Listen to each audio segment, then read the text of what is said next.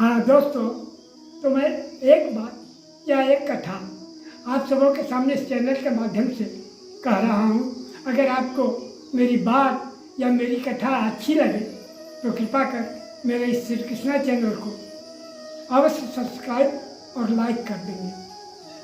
तो अब हम थोड़ा अपने कथन पर आ रहे हैं कि किसी गंवार को, महामूर्ख को एक दीवार घड़ी मिल गई थी और दीवार घड़ी रह रहकर कभी बंद होती थी, कभी चलने लगती थी। उसने सोचा कि मेरी घड़ी में भूत लग गया है, प्रेत लग गया है। उसने एक ओझा को, गुनी को, झाड़ फूँक करने वाले को बुलाया और घड़ी की झाड़ फूँक करवाया।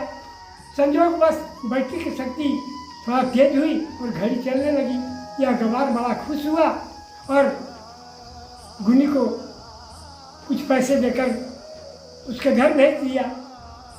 एक दो दिन के बाद घड़ी फिर रुक गई। इसने सोचा कि फिर घड़ी में भूत लग गया, प्रेत लौट आया। इसने फिर उस गुनी को बुलाया, फिर झाड़ फूँक करवाया, फिर घड़ी चलने लगी। तो ये इस बात को नहीं समझ सक रहा था कि घड़ी क्यों ऐसे कर रही है। यह बार बार भूत और प्रेतों पर ही जाता था इसका दिमाग। हुआ क्या कि तीसरी बार जो ओझा गुनी आया, थोड़ा सा झाड़ फूँक किया, पैसा लिया, चला गया। उसके जाने के 10-15 मिनट के बाद ही घड़ी बंद हो गई और फिर वह घड़ी कभी न चल सकी। यह मूर्ख नहीं जान सका कि घड़ी की बैटरी कमज़ोर होते जा रही थी। इसी से घड़ी रुक रुक कर चलती थी और धीरे धीरे जब बैटरी की शक्ति बिल्कुल क्षीण हो गई तो घड़ी सदा के लिए बंद हो गई। मेरे दोस्तों, ठीक वही हाल होता है आज गांव देहातों, अनपढ़ अशिक्षितों के घर में। अगर उनका पिता, पुत्र या और कोई सगा संबंधी बीमार पड़ता है तो कहते क्या है कि ओझा गुनी को बुला लाते हैं और झाड़ फूँक करवाने लगते हैं।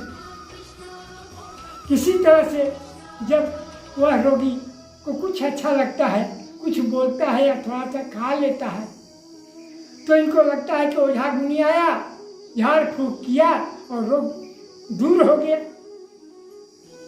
फिर 2-4 दिनों के बाद वही बीमारी, वही रोग या वही बुखार, फिर इनका वह सगा संबंधी जब रोगग्रस्त हो जाता है फिर ओझा गुनी को ही बुलाते हैं और करते क्या है कि फिर वही काम ओझा गुनी झाड़ फूँक करता है और कुछ ले दे करके चला जाता है। इस तरह से यह नहीं समझ पाते कि इस रोगी के अंदर कोई आंतरिक रोग है, जैसे हॉर्निया, अपेंडिक्स, कैंसर। इन सब बातों पर इनका ध्यान नहीं जाता। इनका ध्यान सिर्फ बहुत प्रेत पर ही जाता है।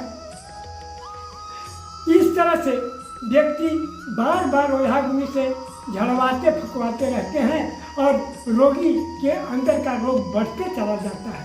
और एक समय ऐसा आता है कि जब रोगी के शरीर की शक्ति बिल्कुल क्षीण हो जाती है तो झाड़ फूँक भी कुछ काम नहीं करता है, क्योंकि रोगी शक्तिहीन हो चुका है और आखिरी में अपना दम तोड़ देता है। उसकी सांसें रुक जाती है, मृत्यु हो जाती है।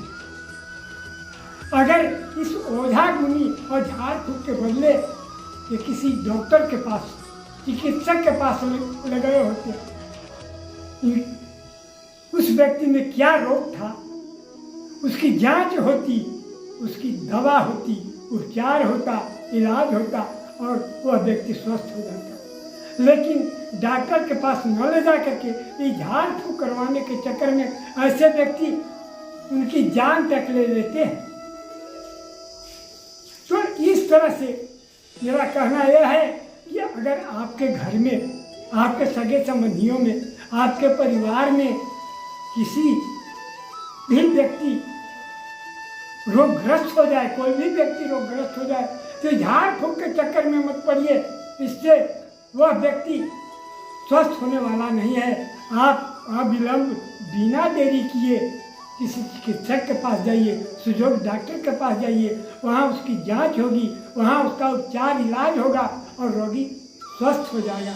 तो इस तरह से भी लोग होते हैं जो भूत प्रेत और झाड़ फूक के चक्कर में किसी की जान तक ले लेते हैं, अपनों से भी बिछुड़ जाते हैं।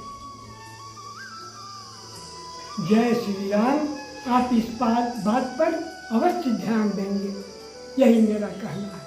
आपका सदा कल्याण हो।